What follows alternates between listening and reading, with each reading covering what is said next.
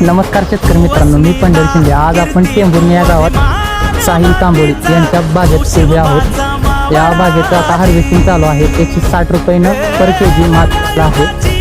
1.5 acre क्षेत्र, 1000 झाडं आणि माल जवळपास 20 ते 25 टन माल निघेल. 160 रुपये दराने किती होते हे तुम्ही कॅल्क्युलेशन करा आणि मला सांगा. बाग बघू शकता कशा पद्धतीने आहे. मला एकच सांगायचं आहे, क्षेत्र जास्त असो किंवा कमी, जिद्द आणि चिकाटी असेल तर अशक्य असं काही नाही मित्रांनो. मोठी लढाई लढू मातीसाठी मनगटाचं जोर लावून